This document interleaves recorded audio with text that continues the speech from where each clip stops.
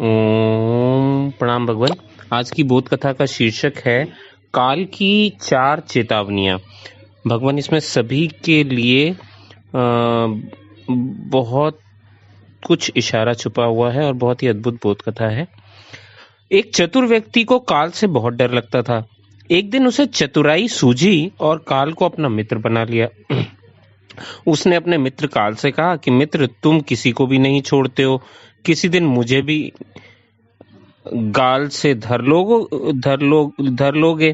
काल ने कहा कि भाई, ये तो मृत्यु लोक है, जो आया है उसे मरना ही है। सृष्टि का यही शाश्वत नियम है, इसलिए मैं मजबूर हूं। पर तुम मित्र हो, इसलिए मैं जितनी रियायत कर सकता हूं करूंगा ही। मुझसे क्या आशा रखते हो, साफ साफ कहो। व्यक्ति ने कहा, मित्र, मैं इतना चाहता हूं कि आप मुझे अपने लोक ले जाने के लिए आने से कुछ दिन पहले एक पत्र अवश्य लिख देना, ताकि मैं अपने बाल बच्चों को कारोबार की सभी बातें अच्छी तरह से समझा दूं और स्वयं भी भगवान के सत्संग में लग जाऊं, अपनी स्वयं को जानने में लग जाऊं। काल ने प्रेम से कहा कि ये कौन सी बड़ी बात है, मैं एक नहीं आपको 4 पत्र भेज दूंगा। चिंता मत करो, चारों पत्रों के बीच समय भी अच्छा खासा दूंगा, ताकि तुम सचेत होकर काम को निपटा लो। अब मनुष्य बड़ा प्रसन्न हुआ, सोचने लगा कि आज से मेरे मन में काल का भय भी निकल गया। मैं जाने से पूर्व अपने सभी कार्य पूर्ण करके जाऊंगा, तो देवता भी मेरा स्वागत करेंगे। दिन बीतते गए, आखिर मृत्यु की घड़ी आ पहुंची। काल अपने दूतों सहित उसके समीप आकर बोला, मित्र, अब समय आपका पूरा हुआ, मेरे साथ चलिए। मैं सत्यता और दृढ़ता पूर्वक अपने स्वामी की आज्ञा का पालन करते हुए एक क्षण भी तुम्हें और यहाँ नहीं छोड़ूंगा। अब मनुष्य के माथे पर बल पड़ गए, भ्रकुटी तन गई और कहने लगा, धिक्कार है तुम्हारे जैसे मित्रों पर। मेरे साथ विश्वासघात करते हुए तुम्हें लज्जा नहीं आती? तुमने मुझे वचन दिया था कि लेने आने से पहले पत्र लिखूंगा, और मुझे बड़ा दुख है कि तुम बिना किसी सूचना के अचानक दूतों सहित मेरे ऊपर चढ़ाए हो। मित्रता तो दूर रही, तुमने अपने वचन को भी नहीं निभाया। तो काल हंसा और बोला, मित्र, इतना झूठ तो ना बोलो, मेरे सामने ही मुझे ही झूठा सिद्ध कर रहे हो। मैंने आपको एक नहीं 4 पत्र भेजे थे, 4 चेतावनियां दी थी उन पत्रों में, तो 4 पत्र भेजे, आपने एक भी उत्तर नहीं दिया।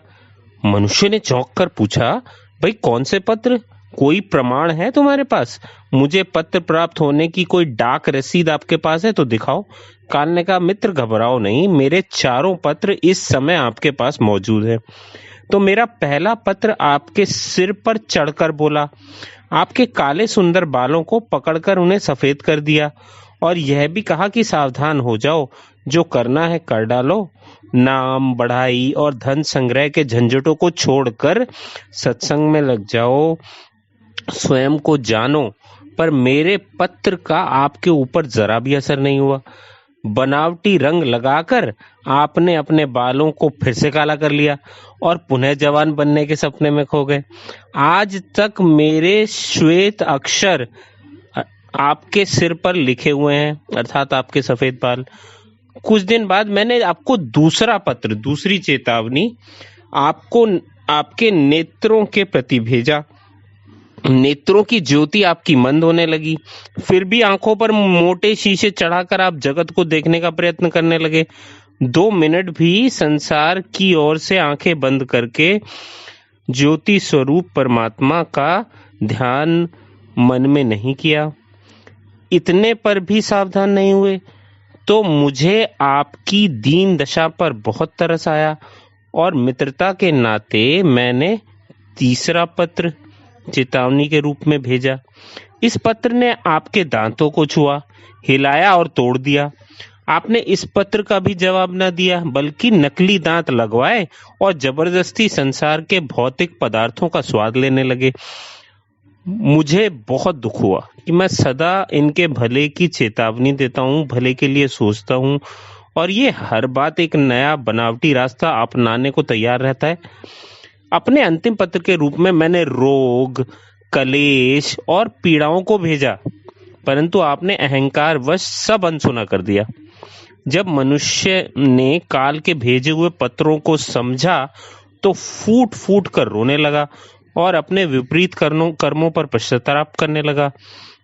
उसने स्वीकार किया कि मैंने गफलत में शुभ चेतावनी भरे इन पत्रों को नहीं पढ़ा। मैं सदा यही सोचता रहा कि कल से परमात्मा का सत्संग करूंगा, कल से स्वयं को जानने की राह में चलूंगा, और लेकिन मैं टालता ही चला गया और वो कल आया नहीं। काल ने कहा, आज तक तुमने जो कुछ भी किया, राग रंग स्वार्थ और भोगों के लिए किया, जानबूझकर ईश्वरीय नियमों को तोड़कर जो काम करता है वो तो बिल्कुल अक्षम्य है, उसे क्षमा नहीं किया जा सकता। अब जब मनुष्य को अपनी बातों से काम बनता नजर नहीं आया तो उसने काल को करोड़ों की संपत्ति का लोभ दिखाया। काल ने तो हंसकर कहा कि मित्र, यह मेरे लिए धूल से अधिक कुछ भी नहीं है। धन दौलत शोहरत सत्ता ये सब लोभ संसारी लोगों को वश में कर सकता है, मुझे नहीं। तो मनुष्य ने पूछा, क्या कोई ऐसी वस्तु नहीं जो तुम्हें भी प्रिय हो, जिससे तुम्हें लुभाया जा सके? ऐसा कैसे हो सकता है? काल ने कहा, यदि तुम स्वयं को जान जाते, यदि तुम सत्संग में लग जाते और स्वयं को जान लेते, तो फिर मेरे बस के बाहर था सब। तब मैं विवश हो सकता था। ये स्वयं को जानने का जो धन है उसी के सामने मैं विवश हो सकता था और अब मेरे हाथ में फिर कुछ ना होता। पर तुम्हारे पास तो वह स्वयं का धन, स्वरूप को जानने का धन थैले भर का भी नहीं है। तुम्हारे ये सारे रुपए पैसे जमीन जायदाद तिजोरी में जमा धन संपत्ति सब यहीं छूट जाएगा। मेरे साथ तुम भी उसी प्रकार निर्वस्त्र जाओगे जैसे कोई भिखारी की आत्मा जाती है। तो काल ने जब मनुष्य की एक भी बात नहीं सुनी तो वो हाय हाय करके रोने लगा। सभी संबंधियों को पुकारा, परंतु काल ने उसके प्राण पकड़ लिए और चल पड़ा अपने गंतव्य की ओर। तो भगवान इस बोध कथा में सभी के लिए बहुत सुंदर इशारा है और एक अद्भुत बोध कथा है। आज इतना ही। धन्यवाद भगवान।